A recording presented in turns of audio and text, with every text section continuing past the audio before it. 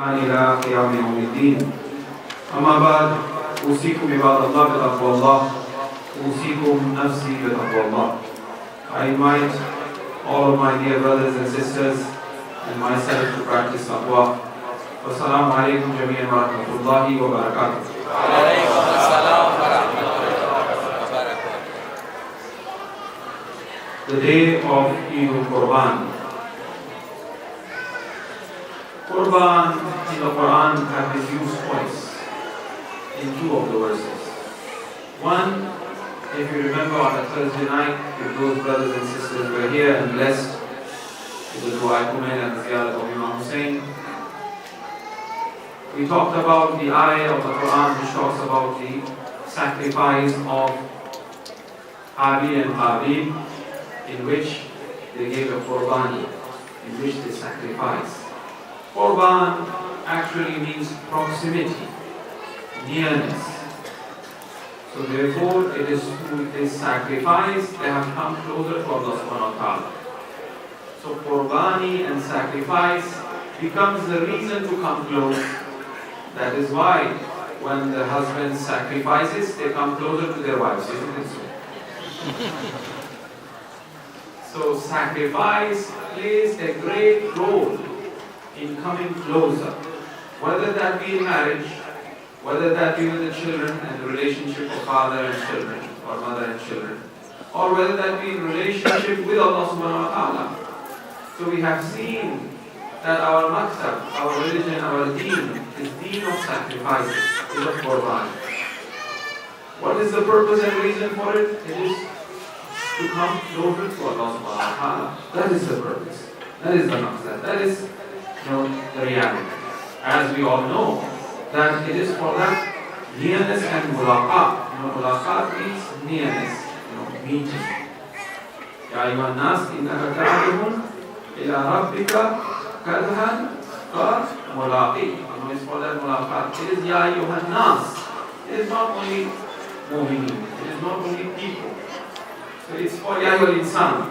Ya ayyuhal insan. It is not. It's all insan. It's all human beings.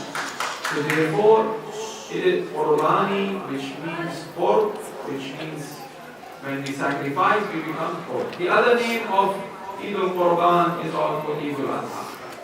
Now, when we look at the essence of this Qurbani, of this Eid al-Qurban, it comes with a package. Every Eid comes with a package. And it is very important to understand that, the reality of it, the haqaiq that is within it. Now, just think about it. Why do we recite so much of takbirat? What is the maqsad? Why do we recite takbirat?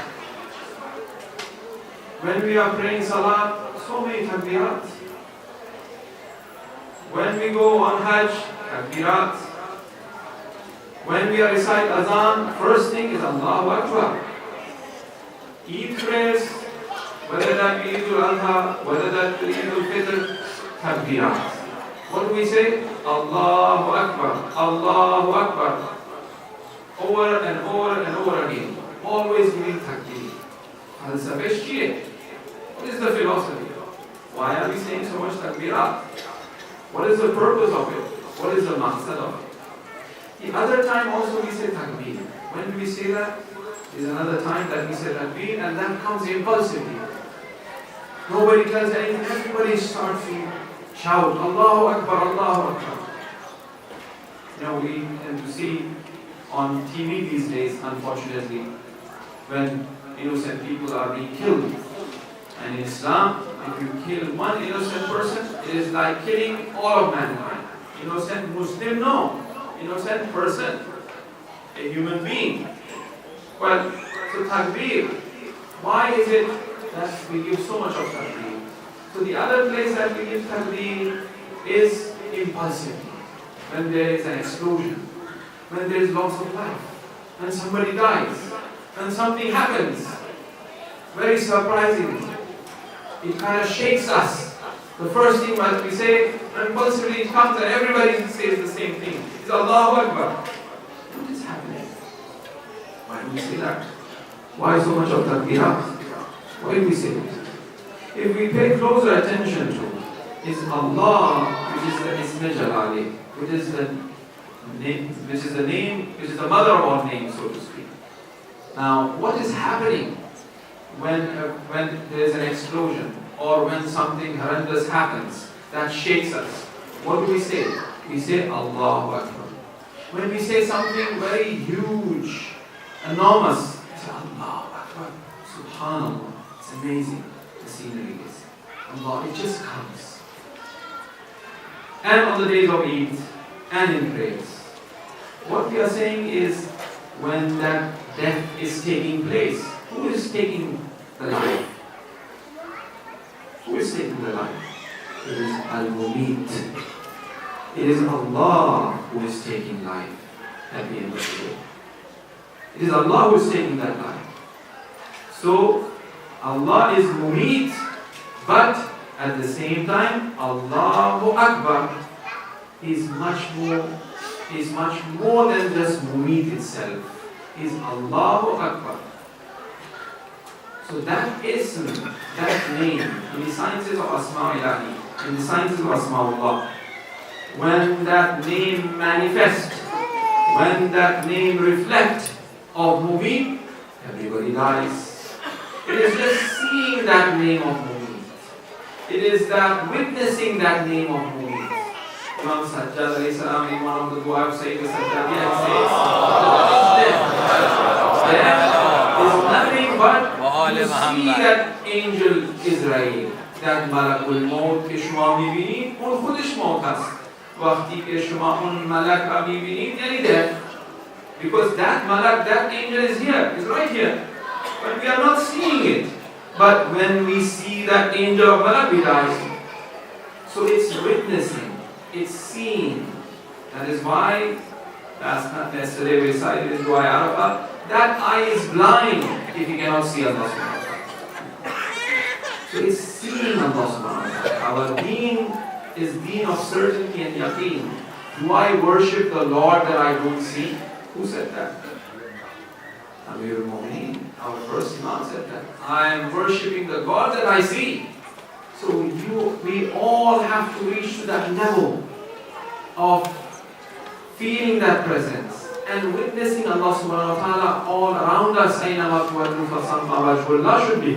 Should become. So when that death happens, the manifestation of that name, the reflection of that name of Mumit take place. But Allahu Akbar. When we are preparing ourselves for prayers, the Asma'i Ghafur, the Asma'i Rahmaniyah, the Asma'i Ghufraniyah manifest from Allah subhanahu wa ta'ala. But we say Allahu Akbar. We go higher and higher. When we are trying to come for the Eid prayers, the day of Eid, the day of forgiveness, Allah subhanahu wa ta'ala manifests His abundant mercy.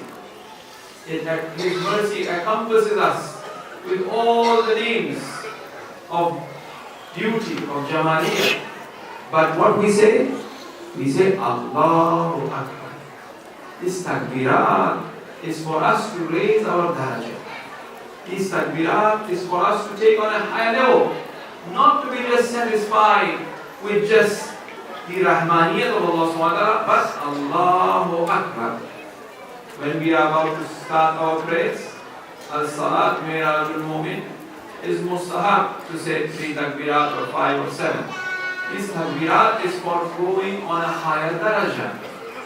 A person by saying takbir after witnessing what is out there, which is nothing but Allah, the manifestation of the God Himself, he goes on a higher level. He goes on Allahu Akbar, Allahu Akbar. So these takbirat that we recite on the day of Eid, the day of forgiveness, and the more we recite, the more takbirat we recite, the higher we go, the closer we come to Allah subhanahu wa ta'ala. And then finally we give that takbir when we are about to start our Eid prayer, which becomes that perfect ittisal and communion with Allah subhanahu wa ta'ala. So that is the hikmah, that is the wisdom. And as a matter of fact, for the Eid al-Adha, for this Eid al-Qurban, the takbirat must continue for 3 more days. In Mina, after the Zuhr prayers, we have to still say Allahu Akbar, Allahu Akbar. We really have to thank Allah subhanahu wa ta'ala. Allahu Akbar, Allah Mahadana, what you have given us. From the Bahimat al-An'am, the risk that you have given us. And the Ablana, the test, that you test us, the imtihan, that you test us. It is an honor for us. Test, mushkilat, difficulty, examination is for those who have that capacity and capability. So we have to thank Allah subhanahu wa ta'ala and ask for help that we pass through this test and through which we go on a higher level. Sallallahu Muhammad wa alihi.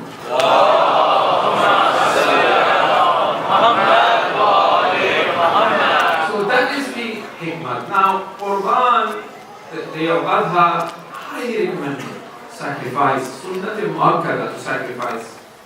As our ninth Imam Jawad alayhi salam in one of the hadiths mentions that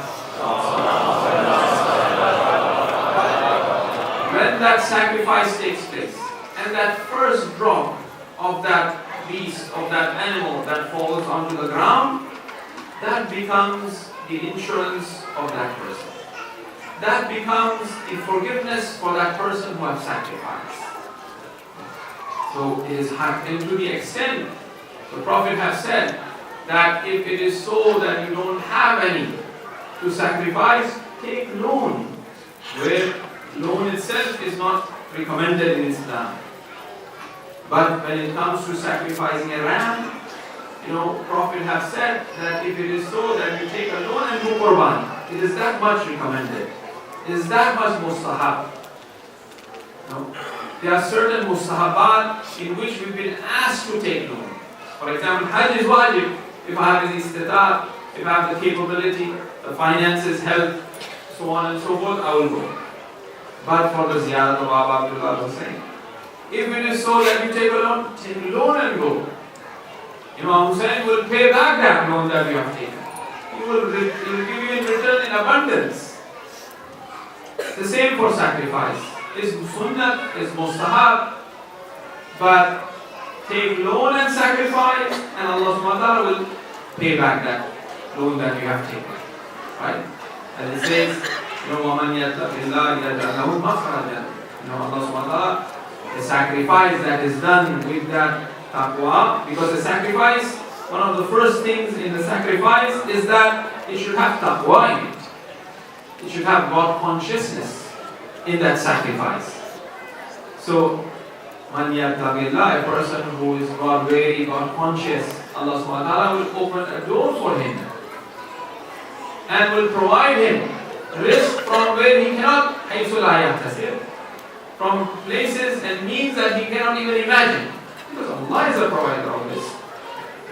So therefore sacrifice is that much muakkad, that on the day of Eid that one should sacrifice. And alhamdulillah, our organization and different institutions, charity organizations have that ability and capability and capacity that in which we tend to do.